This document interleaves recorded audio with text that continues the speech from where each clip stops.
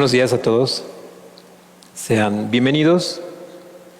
Es un gusto nuevamente tener la oportunidad de estar con ustedes y de compartir la palabra.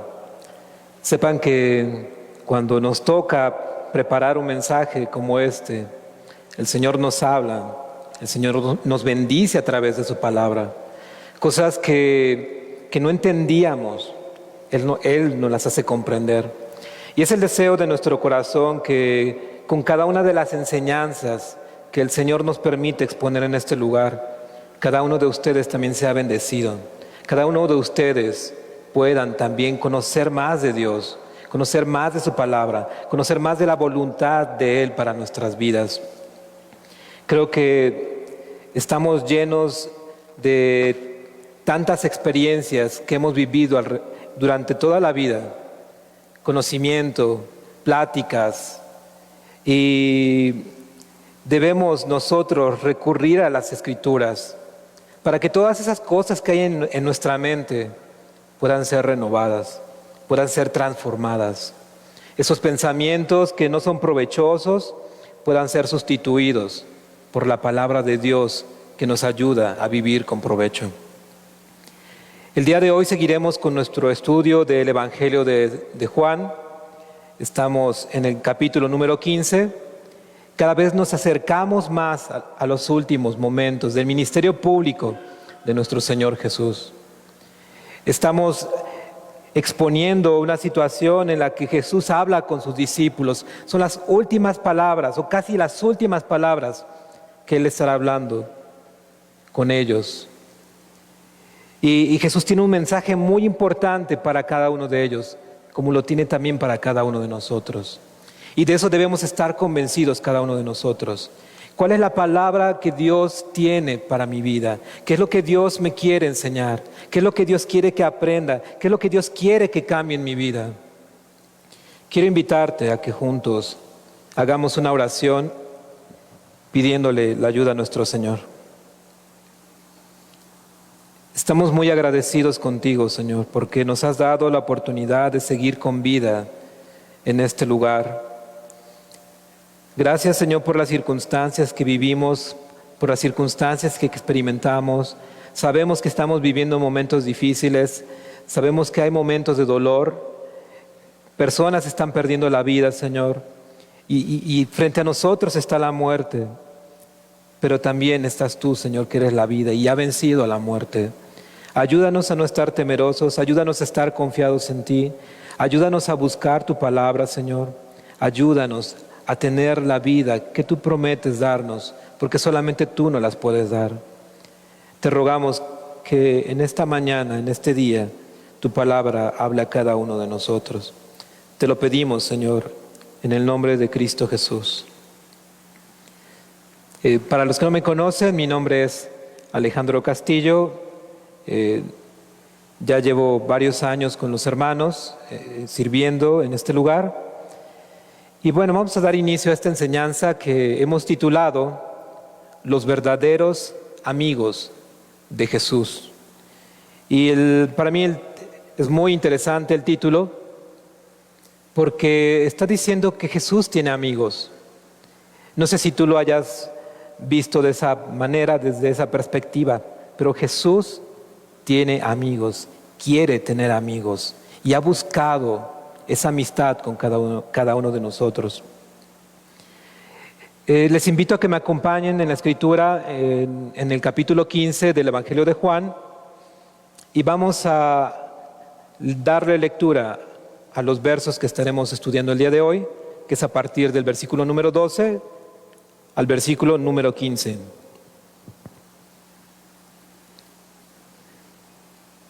El Evangelio de Juan, capítulo 15, versos 12 a 15.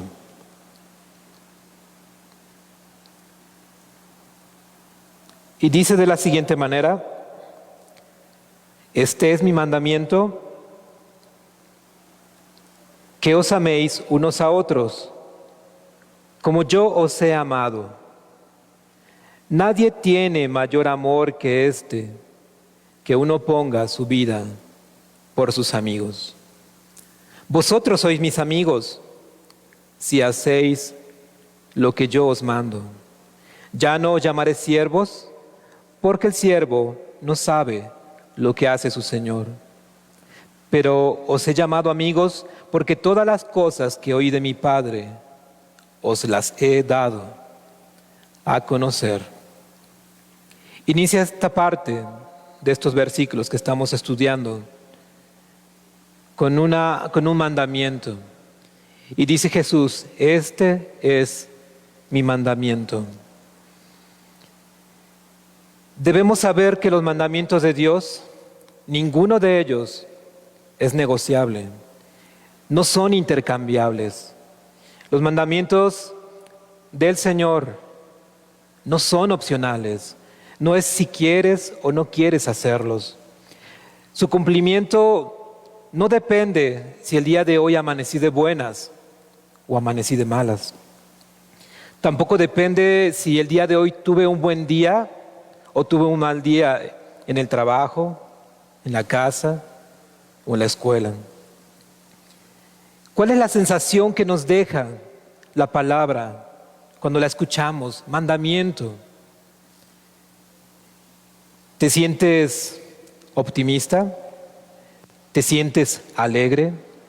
¿Te sientes animado? Quizás te sientes apresurado por ir corriendo y cumplir los mandamientos de Dios. ¿Cómo te sientes cuando escuchas la palabra mandamiento?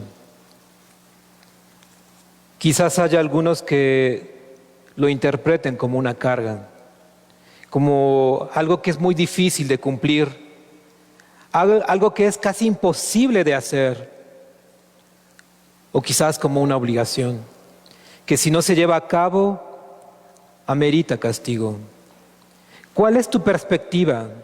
¿Qué es lo que piensas acerca de los mandamientos de Dios? Porque la percepción que tengamos cada uno de nosotros acerca de sus mandamientos va a definir la actitud con la que nosotros los cumplamos.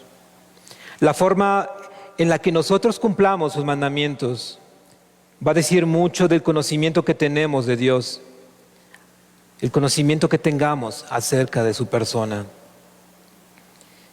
En el libro de Lucas, en el capítulo 21, hay una parábola que se nombra o se le conoce como la parábola de las 10 minas. Esta parábola, bueno, antes de comentarte un poquito más sobre esta parábola, una mina es una moneda que corresponde a 100 dracmas, es una moneda que se usaba en esos tiempos, pero esto era equivalente aproximadamente a 3 meses de salario. No sé si se puedan imaginar 3 meses de salario, y es lo que se está hablando en esta parte de Lucas capítulo 21. Y comienza hablando de que había un hombre noble, un príncipe, que fue llamado a ir a un país lejano y iba a ser coronado rey y después regresar. Pero antes de su partida repartió 10 minas a 10 siervos. Es decir, podemos pensar que le repartió de a una mina por cada siervo. Y además les mandó que con esa mina hicieran negocios. Pasó el tiempo, fue coronado rey, y cuando regresó, ya siendo rey, hizo llamar a sus siervos para pedirles cuentas. Llegó el primero, y él le informó que esa mina que le fue entregada produjo 10 veces más, y fue premiado por su señor con el gobierno de 10 ciudades. Pero llegó el segundo, y el segundo dijo: la mina que me diste ha generado 5 veces más. Este siervo también fue premiado, y se le dio el gobierno de 5 ciudades. Pero llegó un siervo más. La mina que le fue entregada dice que la guardó en un pañuelo y la escondió. Tenía una perspectiva muy diferente a los demás siervos. Él pensaba que su señor era severo, pensaba que era de muy difícil trato, que era muy exigente, que pedía hasta lo imposible y tuvo miedo. Y por eso mejor escondió esa mina. La percepción acerca de su Señor le produjo miedo. Lo dejó inmóvil, lo dejó pasivo, lo dejó inactivo. A ese siervo que tuvo miedo y que tuvo una mala percepción de su Señor, le fue quitada esa mina que ya se le había entregado. Se le quitaron esos 3 meses de salario y se le fue dado a aquel que produjo más. ¿Cuál es nuestra actitud? ¿Cuál es nuestra percepción acerca de los mandamientos de Dios? ¿Podríamos cada uno de nosotros vernos identificados con alguno de ellos? Conozco a mi Señor, sé que Él me va a bendecir, sé que Él me va a prosperar, sé que Él me va a ayudar y voy animado a hacer lo que mi Señor me ha pedido. O pienso que mi Señor es duro, o pienso que me está pidiendo cosas imposibles y entonces mejor me quedo intacto, me quedo inmóvil, no hago nada. Quiero invitarte a que me acompañes a leer un pasaje en el libro de los Salmos, en el capítulo 19, versículo número 8. Salmos, capítulo 19, versículo número 8. Es un salmo de David y en este salmo nosotros podemos ver la percepción que David tenía acerca de los mandamientos de Dios. Dice de la siguiente manera: los mandamientos de Jehová son rectos, que alegran el corazón. El precepto de Jehová es puro, que alumbra los ojos. Nuevamente dice que los mandamientos del Señor son rectos y alegran el corazón. Sus preceptos son puros, alumbran el entendimiento, dan sabiduría para vivir. De tal manera que la perspectiva que tenía David acerca de los mandamientos de Dios era su impulso a amar a Dios, era su impulso de obedecer a Dios. Y creo que es una pregunta que debemos estarnos haciendo constantemente. ¿Qué perspectiva tengo yo de los mandamientos del Señor? Continúa diciendo en Juan capítulo 15, en el versículo que estamos leyendo acerca de este mandamiento que nos está dando Jesús, que os améis unos a otros. Y debemos de notar nosotros la forma reiterada del mandamiento que está haciendo Jesús acerca del mutuo amor. Un amor que se está ejerciendo en 2 direcciones: de mi parte hacia los hermanos y de los hermanos hacia mí. La forma en la que podemos mostrar al mundo que nosotros somos discípulos de Cristo es teniendo amor unos por otros. Y esto nosotros lo estudiamos en el capítulo 13 del libro de Juan, en el versículo 35, donde nos dice estas palabras: que en esto conocerán que somos discípulos de Cristo, que tuviéremos amor los unos con los otros. Dicho de otra manera, no tenemos amor los unos por los otros, no hay forma de que nosotros podamos manifestar que somos discípulos de Jesús. Y nuestro afán no debe ser demostrar o convencer al mundo de que somos discípulos de Jesús. Ese no debe ser nuestro afán. Ese no debe ser nuestro fin. Esa no es la meta. Nuestra meta es darle la gloria a Cristo. Que las personas viendo la obra que Él hace en nuestras vidas lo glorifiquen a Él, lo bendigan, lo honren, se humillen ante Él. ¿Cómo es ese amor que Jesús nos manda a tener? Cuando escuchamos nosotros la palabra amor, ¿qué ideas son las que vienen a nuestra mente? ¿Qué es lo que pensamos acerca de qué es el amor? Porque Jesús nos está mandando a que tengamos amor los unos por los otros. Pero ¿a qué amor se refiere? ¿Cómo es ese amor? Si nosotros hiciéramos una encuesta entre nosotros de lo que creemos que es el amor, ¿cuáles son las respuestas que daríamos? ¿Cuál es la respuesta que daría usted? Y si nosotros saliéramos a la calle y preguntáramos qué es el amor, ¿qué es lo que escucharíamos? ¿Qué nos dirían las personas que es el amor? Es importante que nosotros tengamos claro, que podamos entender lo que Jesús nos está diciendo. De otra manera, nosotros no podríamos llevar a la práctica este mandamiento como Dios quiere que lo llevemos a la práctica. Algunos dicen que el amor es un sentimiento que resulta de la admiración o de la atracción a personas o cosas, porque quizás tiene un buen parecer, porque quizás tiene habilidades, porque tiene talentos. Entonces eso despierta ese afecto. Algunos podrían decir eso. Otros lo resumen simplemente en que es lo contrario de odiar. Otros dicen que amor es hablar palabras bonitas a los demás. Habrá quienes digan que es sentir cosquillas o mariposas en el estómago y dicen, tengo amor porque siento cosquillas, porque siento mariposas. Otros piensan que amor es comprar unos chocolates y unas flores para regalar a alguien por quien sientes una afinidad o atracción emocional o física. Otros pensarán que amor es firmar un contrato de convivencia con una persona para que sea tu esposo o tu esposa.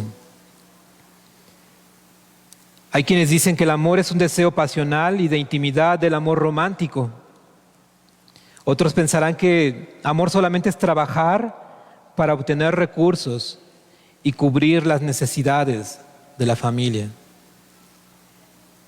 Otros piensan que amor es dar limosnas a los pobres y a los no tan pobres también.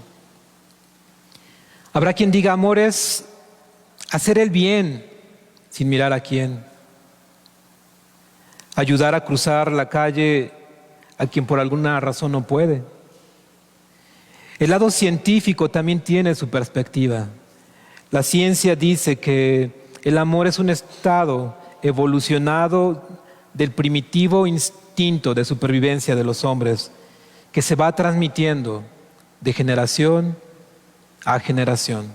Es decir, yo puedo amar porque mis antepasados también amaban y eso se fue transmitiendo de generación a través de los genes. Es lo que piensa la ciencia acerca del amor.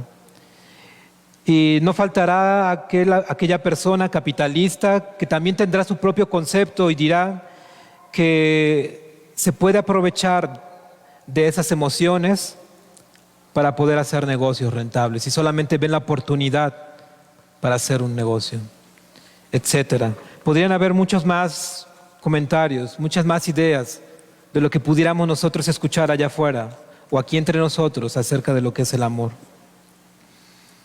Es importante notar que en cada uno de estos conceptos, que en cada una de estas ideas existe un factor común en la conceptualización del amor en la sociedad y es el bienestar personal, es aumentar nuestro ego, nuestra autoestima, sentirme bien respecto de mí mismo, sentir alivio en mi conciencia, equilibrar la balanza de las obras malas con las obras buenas, o inclinar la balanza hacia las obras buenas para que éstas pesen más que las malas, y entonces tomar como referencia para asegurar que como yo amo un poquito, entonces soy una buena persona.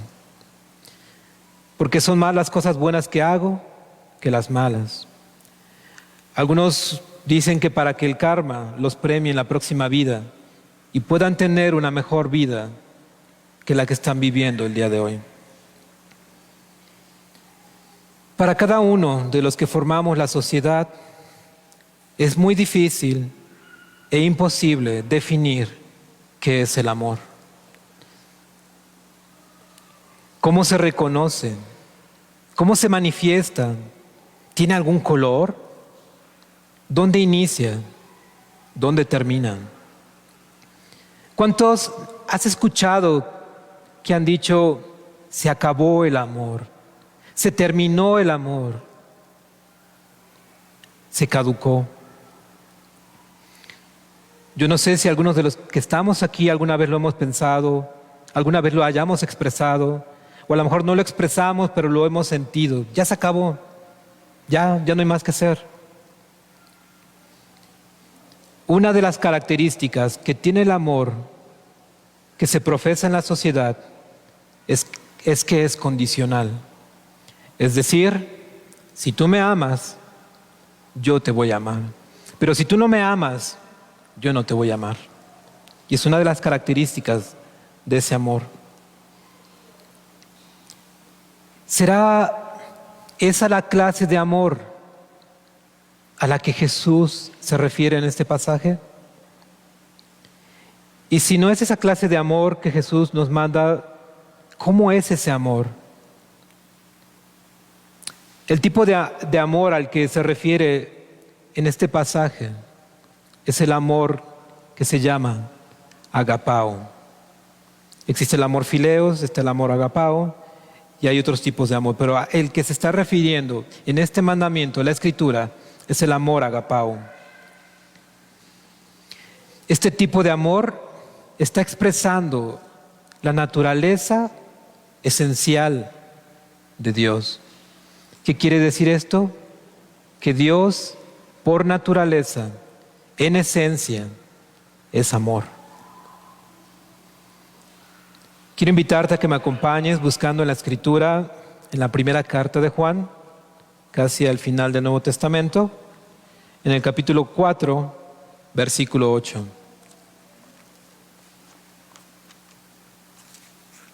Primera carta de Juan, capítulo 4, versículo número 8.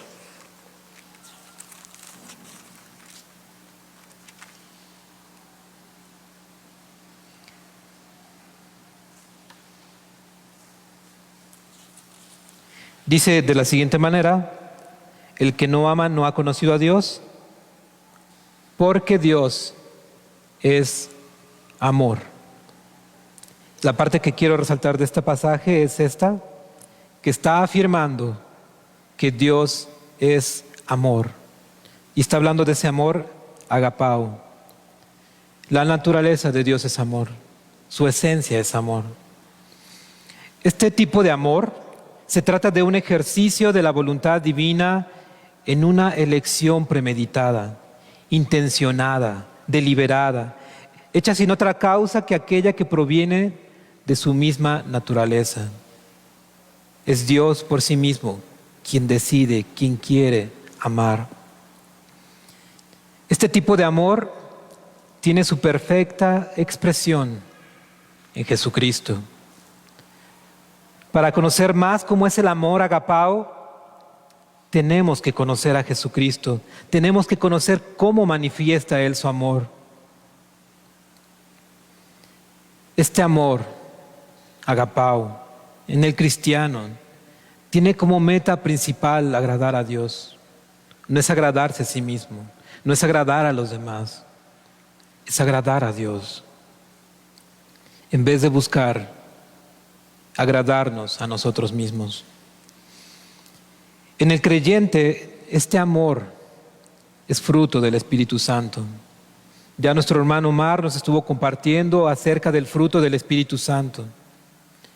Y cuando nosotros leemos esa porción de la Escritura, comienza diciendo que el fruto del Espíritu Santo es amor, en primer lugar. No es algo que nuestra naturaleza humana caída pueda producir. Esto no lo puedo producir yo, ni ninguno de nosotros podemos producirlo. Y pudiéramos nosotros ahora en este momento hacernos una pregunta: ¿por qué Jesús me pide algo que yo no puedo producir? Es algo totalmente divino. Quiero invitarte a que juntos leamos también en 1 Corintios, capítulo 13, versículos 4 a 7, que nos habla acerca de la preeminencia del amor. Primera de Corintios, capítulo 13, versos 4 a 7.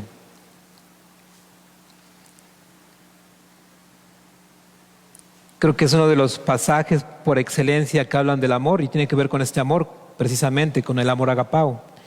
Y está diciendo este pasaje que el amor es sufrido. ¿Qué significa esto? Que el amor es paciente, que sabe aguantar,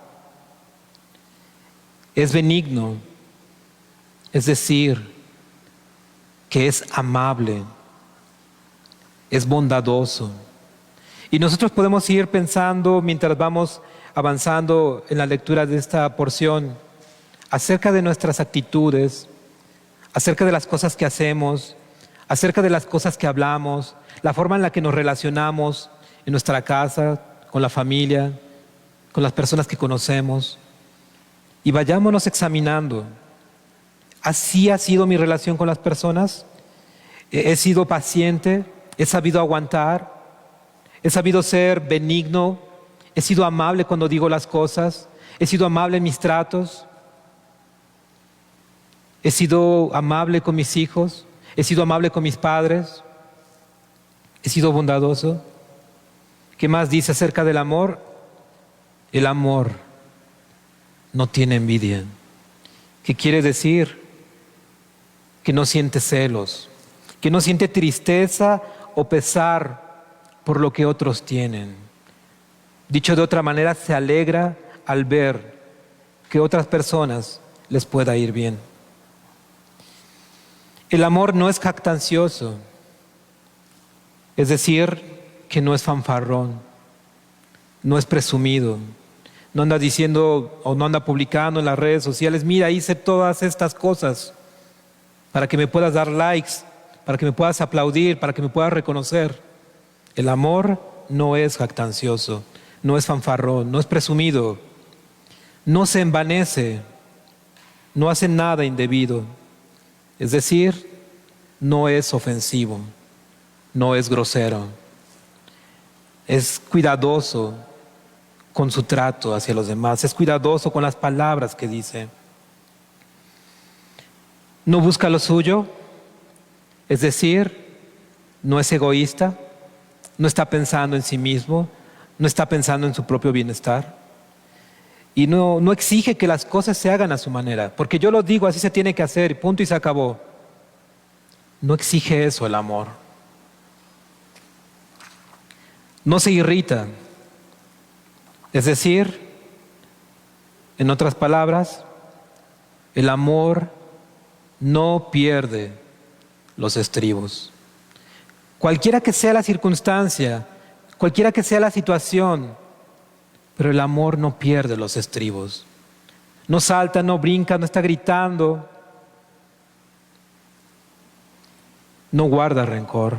Es decir, que cuando amas, no te debes pasar la vida recordando lo malo que los demás hicieron contra ti.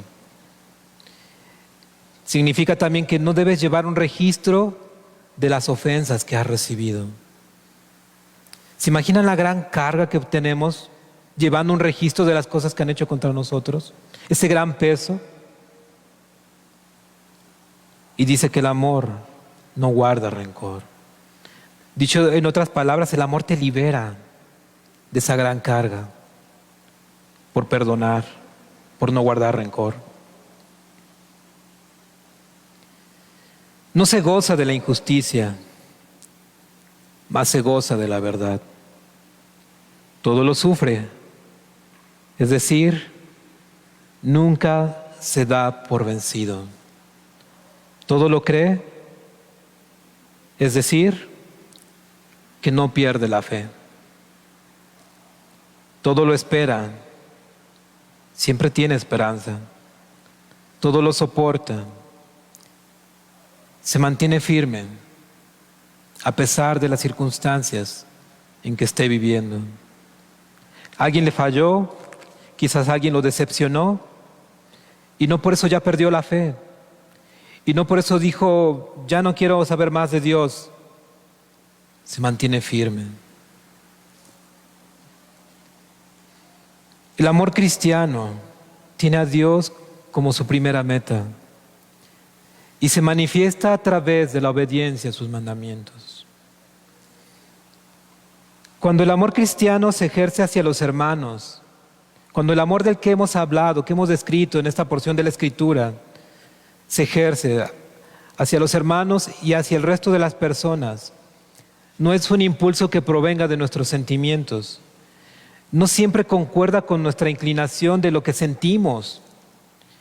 Es decir, hoy no me siento bien, pero sin importar cómo me siento ahora, sin importar cómo la esté pasando ahora, yo voy a amar de la manera que el Señor me manda.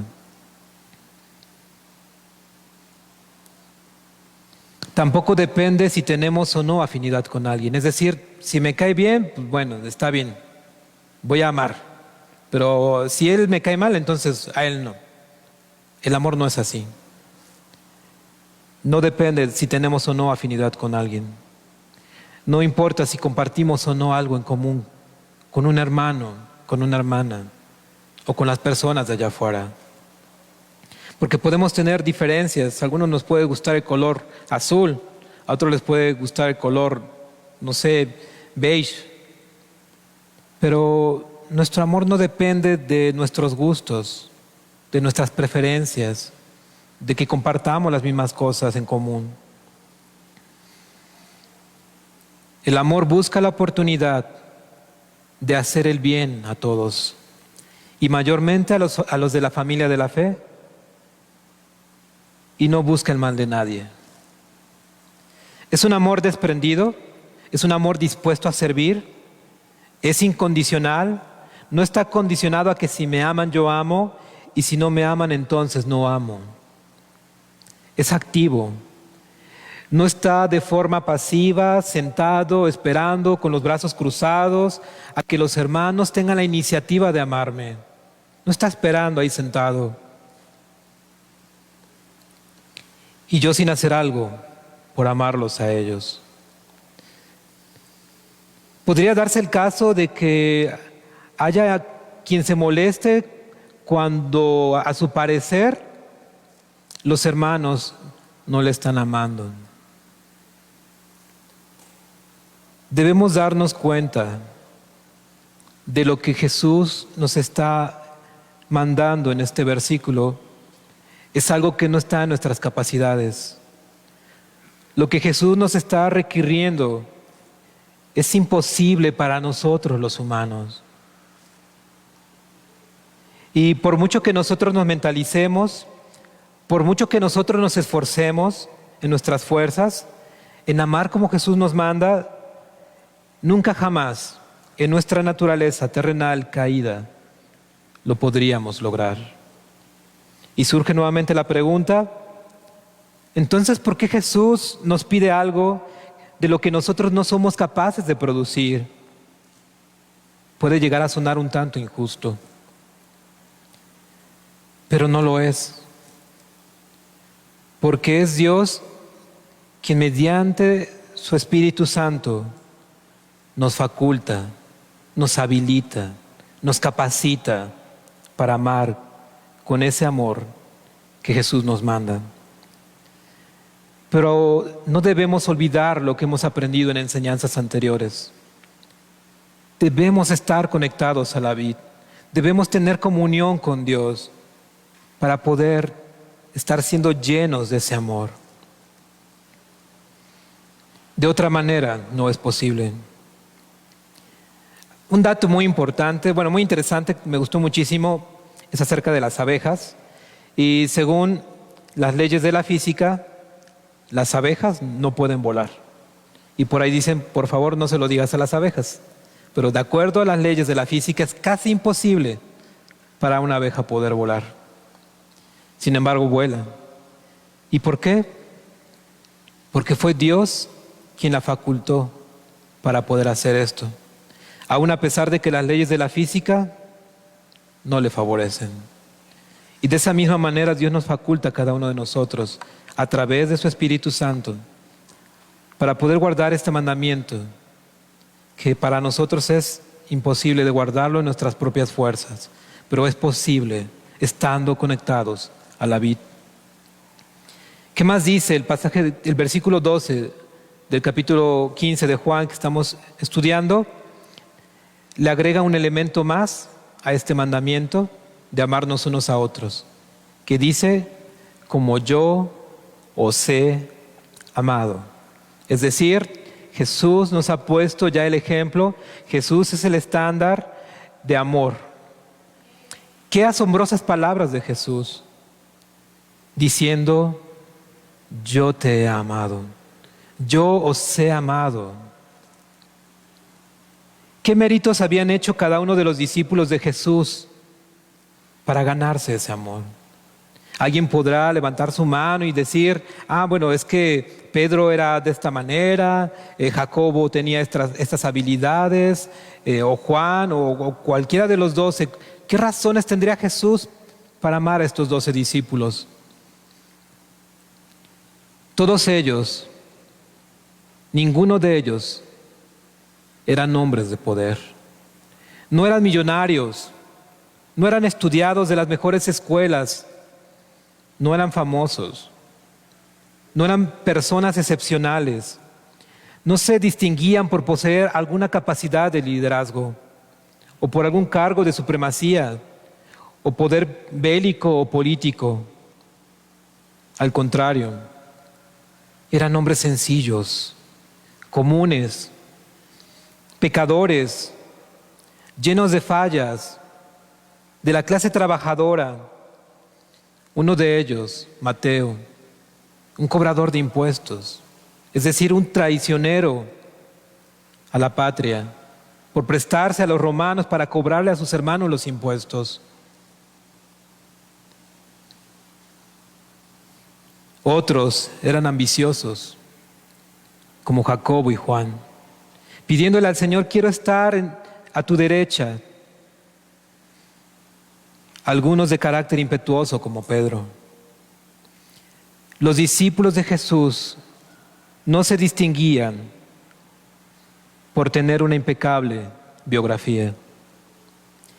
El ministerio que Jesús estaba emprendiendo era de suma importancia para la gloria de Dios. Era un ministerio de vida o muerte eterna. ¿Cómo podría con tal grupo de hombres lograr ese ministerio? ¿Cómo podría hacer eso Jesús con estos 12 discípulos? No se trataba de lo que los discípulos fueran capaces de hacer, sino lo que Jesús era capaz de hacer en la vida de cada uno de estos hombres ordinarios.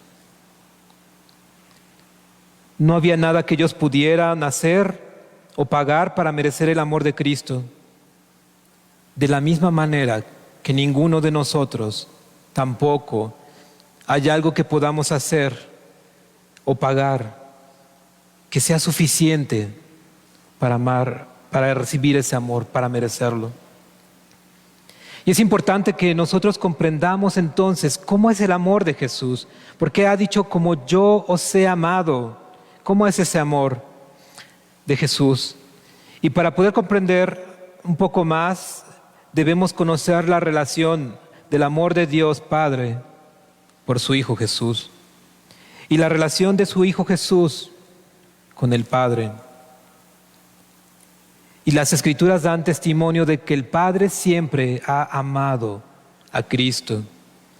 Y nosotros en diferentes pasajes de la Escritura vemos ese testimonio de ese amor que el Padre tiene por su Hijo, donde expresamente le dice, este es mi Hijo amado, a Él amo, único amado, preciado, en el cual tengo complacencia.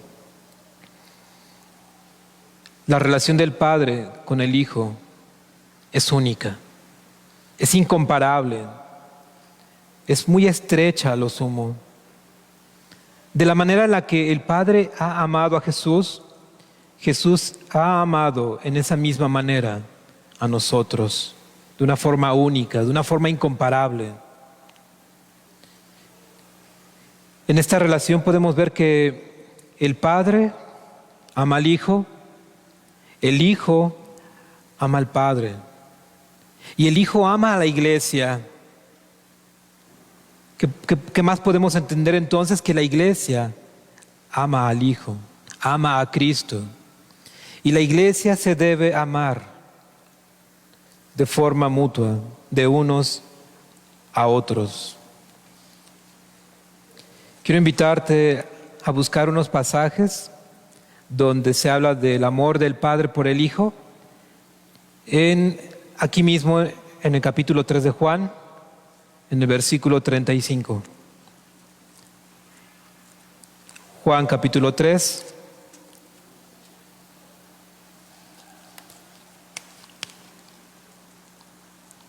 Verso número 35.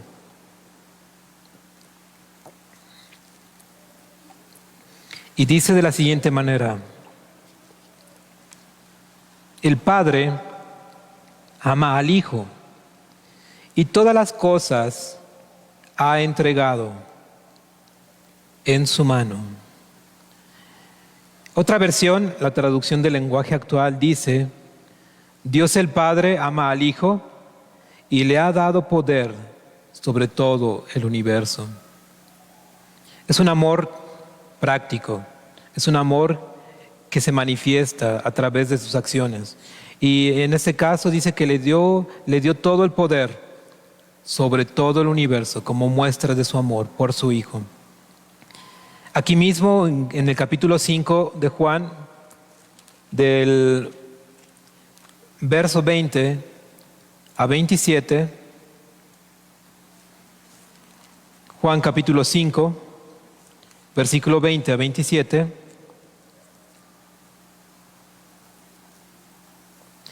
dice: porque el Padre ama al Hijo y le muestra todas las cosas que Él hace, y mayores obras que éstas le mostrará, de modo que vosotros os maravilléis. Hasta ahí nada más.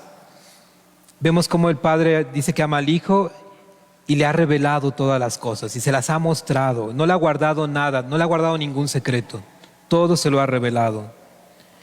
Le ha dado también vida en sí mismo. Le ha dado también la autoridad para poder hacer juicio. Y además, quien honra al Hijo, honra al Padre. Quien no honra al Hijo, no honra al Padre. Vemos ese gran amor que tiene el Padre por el Hijo.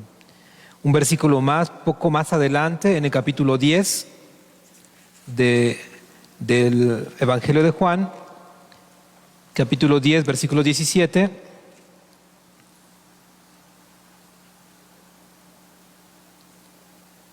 dice: por eso me ama el Padre, porque yo pongo mi vida para volverla a tomar. Otra traducción, la Nueva Traducción Viviente, dice de la siguiente manera: el Padre me ama porque sacrifico mi vida para poder tomarla de nuevo. Con estos pasajes, la intención es que nosotros estemos convencidos de ese amor que tiene el Padre por el Hijo. Pero también el Hijo ama al Padre. Lo podemos nosotros ver aquí mismo en Juan, en el capítulo 14, que ya hemos estudiado, en el versículo número 31. Juan capítulo 14, versículo 31, que dice: mas para que el mundo conozca que amo al Padre, y como el Padre me mandó, así hago. Levantaos, vamos de aquí. La traducción del lenguaje actual dice: pero yo tengo que obedecer a mi Padre. ¿Para qué? Para que todos sepan que lo amo. La manifestación del amor de Cristo por el Padre era a través de su obediencia a los mandamientos de su Padre. Un poco más adelante, en Juan capítulo 15, versículo 10, vemos el amor del Hijo por la iglesia.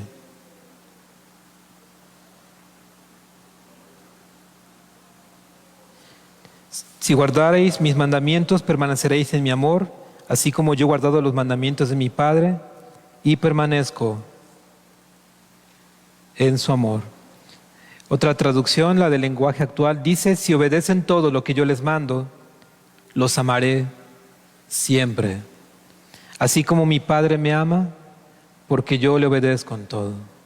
Y vemos ese amor de Cristo por los suyos, por su iglesia. Los integrantes de la iglesia deben amarse unos a otros, pues son miembros de la misma familia, son hijos del mismo Padre. Quiero invitarte a buscar otro pasaje en la Escritura, nuevamente en la primera carta de Juan, en el capítulo 5, versículo 1.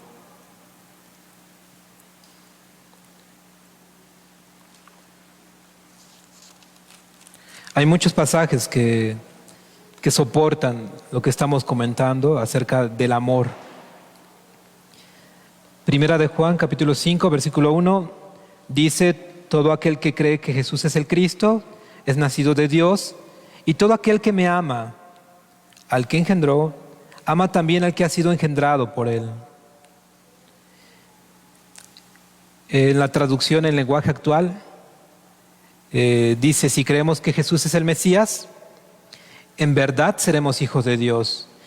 Y recordemos que si amamos al Padre, también debemos amar a los hijos del mismo Padre. Porque cada uno de nosotros podemos decir: yo amo a Dios, yo amo al Padre, o yo amo a Jesús. Y dice que entonces nosotros también debemos amar a los hijos del mismo Padre. Un pasaje más, si me acompañan de favor, en Efesios capítulo 5, versículo 2. Efesios capítulo 5, versículo 2.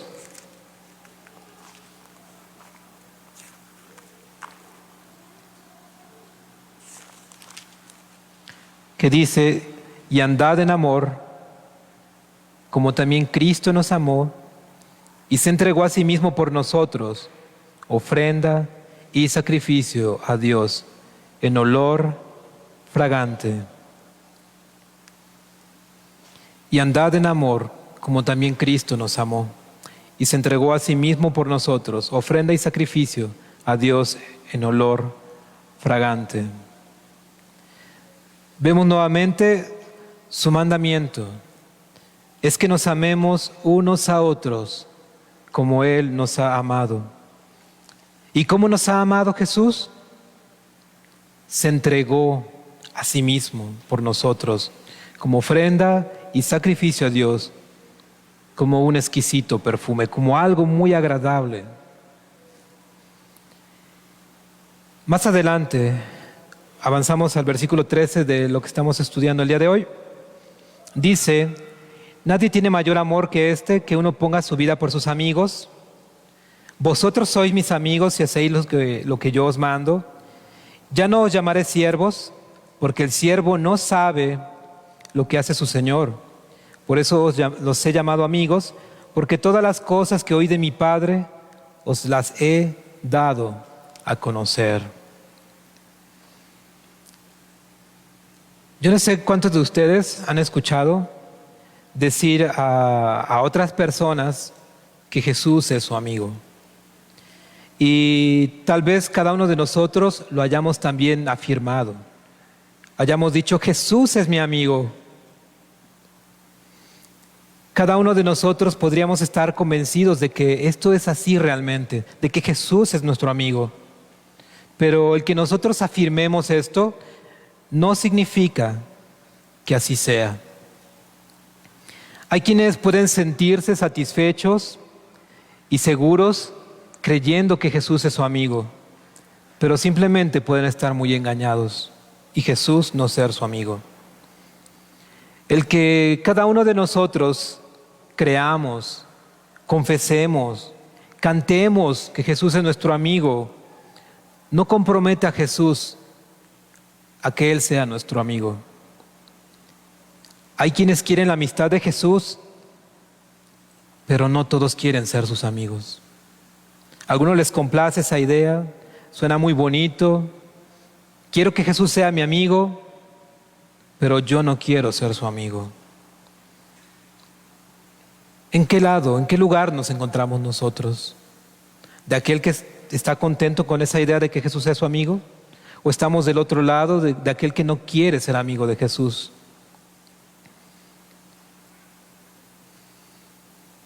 Podemos sentirnos contentos de saber que Jesús es el único, incomparable, mejor amigo que pueda existir. Es muy alentador saber que podemos confiar en Él y que Él nunca nos va a fallar. Pero quiero invitarte a que juntos nos hagamos una pregunta. Ya sabemos que no hay mejor amigo que Jesús y que Él quiere ser nuestro único, incomparable, mejor amigo. La pregunta es, ¿eres amigo de Jesús? ¿Somos amigos de Jesús? ¿Cómo se ve esto? ¿Cómo nos damos cuenta que somos amigos de Jesús? ¿Cómo se aprecia que alguien es un verdadero amigo de Jesús? Una pregunta más. ¿Y si no soy amigo de Jesús? ¿Me complace la idea de poderlo ser? ¿Me alegra? ¿Me da gusto? ¿Siento ánimos de ser amigo de Jesús? En Lucas capítulo 11, el Señor Jesús está contando la historia de un amigo inoportuno. Principalmente esta historia que está relatando Jesús es para enseñar a sus discípulos a que sepan cómo orar. Pero hay algo importante que podemos tomar de ahí y resaltar. Es aquello a lo que estuvo dispuesto de hacer alguien por brindar atención a su amigo. De por sí que culturalmente los judíos a sus visitas las reciben de una forma bastante agradable. Pero esta persona dice que llegó su amigo, le abrió las puertas de su casa, era medianoche, llegaba de un viaje largo, pero le abrió las puertas de su casa para recibirle. Le hizo pasar y quiso satisfacer, aliviar su hambre.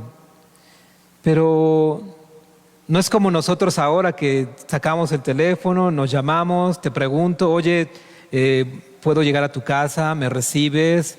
Vengo de tal lugar, llevo tantas horas viajando. No existían esos medios. Y este amigo inoportuno llegó a la medianoche. Pero estuvo dispuesto a aliviar su hambre, pero no estaba preparado con los víveres suficientes. Pudo haberse disculpado con su amigo, diciéndole, lo siento, no tengo que ofrecerte en este momento, pero vayamos, pasa, descansa y dejarlo hambriento, ¿no? Pero no se disculpó. En ese momento recordó que tenía otro amigo. Y aunque ya era la medianoche, aunque ya era muy tarde, fue a verlo, arriesgándose a que tampoco tuviese su amigo con qué apoyarle, o que estuvieran tan dormidos que no lo escucharan y no pudieran ayudarle, o que por la hora su amigo se molestara por inoportunarle a medianoche. Pero la parte que quiero resaltar aquí es que ese aprecio que podemos llegar a sentir por una persona podría llevarnos a hacer cualquier cosa con tal de obtener o mantener esa amistad, lo que sea. ¿Qué estarías dispuesto a hacer para recibir el incomparable honor de ser llamado amigo de Cristo? Porque estamos dispuestos a hacer muchas cosas por nuestros amigos, por nuestras amistades. Pero ¿qué estarías dispuesto a hacer por Jesús para recibir ese incomparable honor de ser llamado amigo de Jesús? ¿Y cómo podemos nosotros ser amigos de Cristo? Quiero hablarte brevemente de dos personas que son conocidas en la Biblia y que además da testimonio en la Escritura que fueron amigos de Dios. ¿Cómo una persona puede ser amiga de Dios? ¿Cómo nosotros podemos ser amigos de Jesús? Te invito a buscar en el libro de Santiago, capítulo 2, versículo 23. El libro de Santiago, capítulo 2, versículo 23.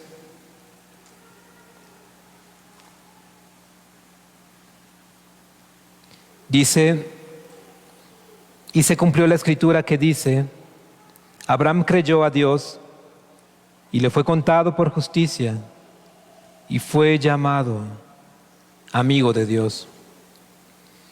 La Nueva Traducción Viviente dice así se cumplió lo que dice en la Biblia. Abraham confió en la promesa de Dios y por eso Dios lo aceptó. Fue así como Abraham se hizo amigo de Dios. ¿Pudiéramos imaginarnos nosotros que nuestro nombre estuviera escrito aquí? Que dijera, Alejandro se hizo amigo de Dios, Felipe se hizo amigo de Dios, Ivette se hizo amigo de Dios. ¿Qué hizo Abraham para ser amigo de Dios? Y uno de los elementos que encontramos en este pasaje es la fe. Pero esta fe es una fe activa, no es una fe pasiva, sino una fe que te lleva a actuar. Por cuanto Abraham creyó a la palabra de Dios, Abraham actuó, escuchó el mandamiento de Dios y lo puso por obra. Otro ejemplo es Moisés. Si me acompañan de favor en Éxodo capítulo 33. Éxodo capítulo 33, versículo número 11.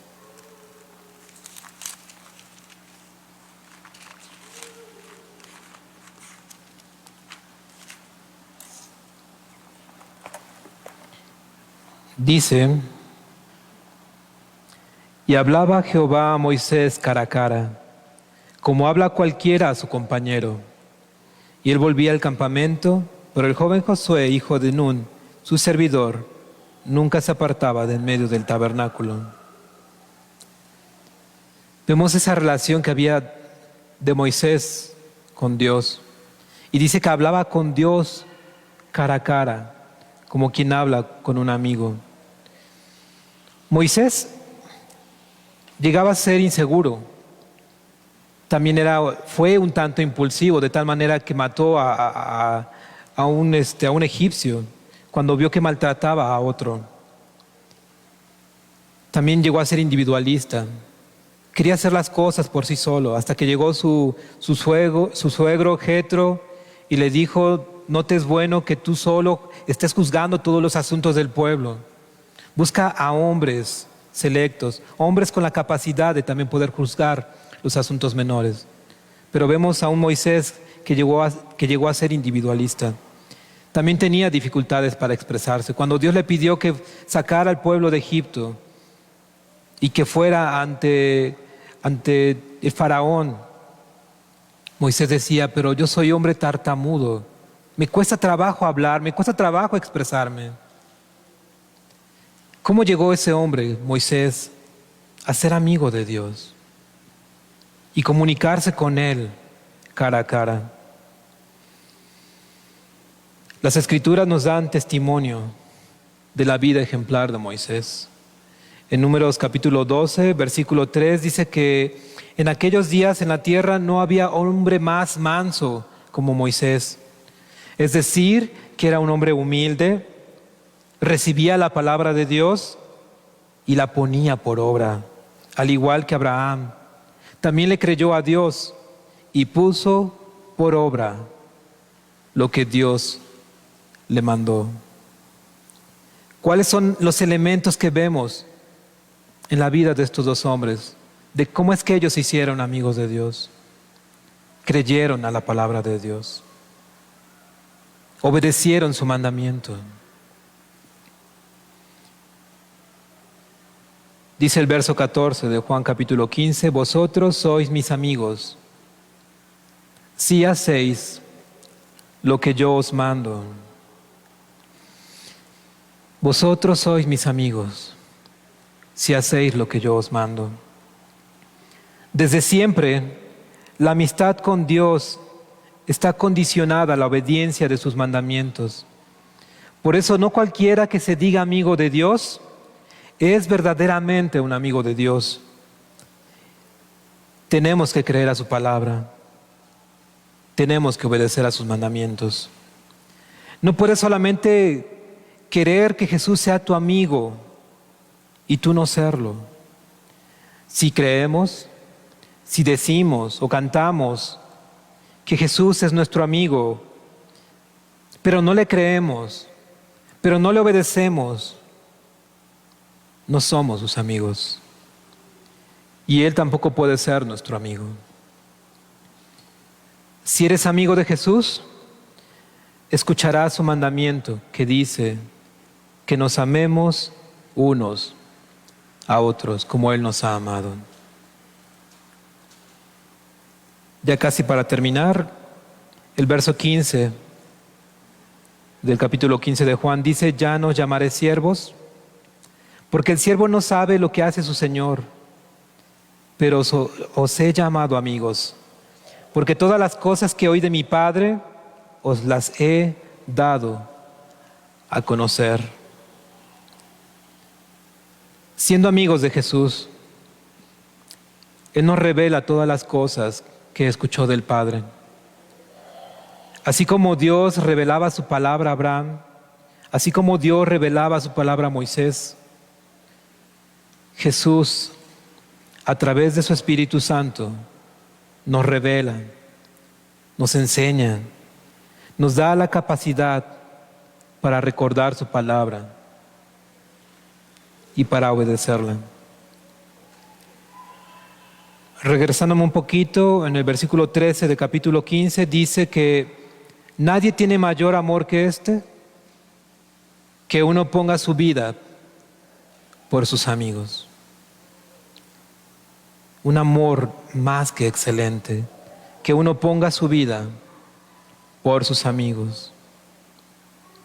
Cristo es amor y es la inigualable norma más alta de amor. Dentro de muy poco tiempo lo estaría afirmando Jesús con su sangre. Estas palabras que estaba diciéndole a sus discípulos, lo firmaría con su sangre. Siendo crucificado, tomando nuestro lugar que a nosotros nos correspondía, para que nosotros pudiéramos tener la oportunidad de ser perdonados de cada uno de nuestros pecados. No solamente fueron palabras, no solamente hizo promesas Jesús, también lo cumplió. Romanos capítulo 5, versículos 6 a 8 dice, porque Cristo, cuando aún éramos débiles, a su tiempo murió por los impíos. Ciertamente apenas morirá alguno por un justo. Con todo, pudiera ser que alguno osara morir por el bueno. Mas Dios muestra su amor para con nosotros en que siendo aún pecadores, Cristo murió por nosotros. Es posible que ante una situación difícil de un familiar, algunos de ustedes sea capaz de dar su vida por él, porque lo amas, porque lo quieres, porque te importa. Pero ¿seríamos nosotros capaces de dar nuestra vida por alguien injusto? ¿Seríamos nosotros capaces de dar la vida por aquel que le ha quitado la vida a otras personas, que quizás ha dañado a tu familia? ¿Darías tu vida por él? Y dice, ciertamente apenas morirá alguno por un justo. Pero Dios muestra su amor para con nosotros, en que siendo aún pecadores, Él murió por nosotros. En los grupos de prediscipulado se ha hablado de pecado, mucho pecado. Hemos tratado de profundizar con la intención de que cada uno de nosotros podamos darnos cuenta que somos pecadores ante Dios, que hemos transgredido su ley, la hemos desobedecido. Nosotros hemos hecho todo lo necesario para merecer el castigo de Dios. No hay nada que nosotros podamos hacer para merecer su amor. Nosotros somos esas personas injustas por las que sería imposible que alguien quisiera dar la vida por nosotros. Pero Cristo murió por nosotros. Jesús vivía lo que predicaba. Y ya por último, en Primera de Juan, capítulo 3, del versículo 16 a 18, dice: en esto hemos conocido el amor, en que Él puso su vida por nosotros. También nosotros debemos poner nuestras vidas por los hermanos. ¿Se imaginan lo que está diciendo la Escritura? Dice, también nosotros debemos poner nuestra vida por los hermanos. ¿Estamos dispuestos a amar de esta forma, de ser capaces de dar la vida por los hermanos? Pero el que tiene bienes de este mundo y ve a su hermano tener necesidad y cierra contra él su corazón, ¿cómo mora el amor de Dios en él? Hijitos míos, no amemos de palabra ni de lengua, sino de hecho y en verdad. Los amigos de Jesús creen a su palabra y obedecen sus mandamientos. No solo eso, también se muestran amor mutuamente, disponiendo su voluntad para satisfacer en humildad las necesidades de sus hermanos. Quiero agradecerte por tu tiempo. Quiero invitarte también a que juntos le demos gracias a Dios por este tiempo y que sea el Señor quien nos ayude a tener presente sus palabras, a tomarlas en serio y tener una perspectiva como la de David, viendo que esos mandamientos son buenos, son perfectos, son rectos, que alegran al corazón, que dan sabiduría. Porque si esa no es tu perspectiva, muy difícil, imposible te va a hacer querer guardar los mandamientos de Dios, porque los ves como una carga, porque los ves como una obligación, porque te dices a ti mismo, es que tengo que hacer esto que Dios me mandó, pero lo haces con un pesar, porque no estás entendiendo el corazón de Dios, porque no estás conociendo a Dios. Vamos a orar. Agradecidos estamos contigo, Señor, por tu palabra, y cuánto necesitamos día a día conocerte más, alimentarnos más de tus verdades. Queremos, Señor, que nuestros actuales pensamientos sean sometidos a tu palabra. Queremos que esos pensamientos que no son de provecho para nuestra vida sean sustituidos por tu verdad. Señor, queremos ser tus amigos y queremos que tú también seas nuestro amigo. Ayúdanos, Señor. Estamos confiados en que ciertamente tú estás dispuesto, tú estás pronto para escucharnos, tú estás pronto para ayudarnos, tú estás pronto para darnos esa gracia para poder ser tus amigos. Tú eres el autor de la fe, tú eres el consumador. Con toda seguridad tú nos ayudarás, Señor. Pero ayúdanos a tener esa disposición en el corazón. Ayúdanos a humillarnos delante de ti, Señor. Queremos creer en todas tus palabras. Queremos obedecer todos tus mandamientos, Señor. Queremos también nosotros disfrutar la alegría en el corazón que sentía David. Queremos nosotros también tener esa sabiduría que dan tus mandamientos. Rogamos, Señor, que esta palabra que tú nos has dado quede guardada en nuestros corazones, que la tengamos presente en cada momento, en todo tiempo en nuestras vidas. Ayúdanos a amarnos como tú pides que nos amemos, como tú nos amaste, Señor. Ayúdanos a amar no solo de palabra, ni de dichos, sino con nuestros hechos, Señor. Dejamos en tus manos nuestras vidas. Te queremos pedir todo esto, Señor, y te damos gracias en el nombre de Cristo Jesús. Amén, Señor.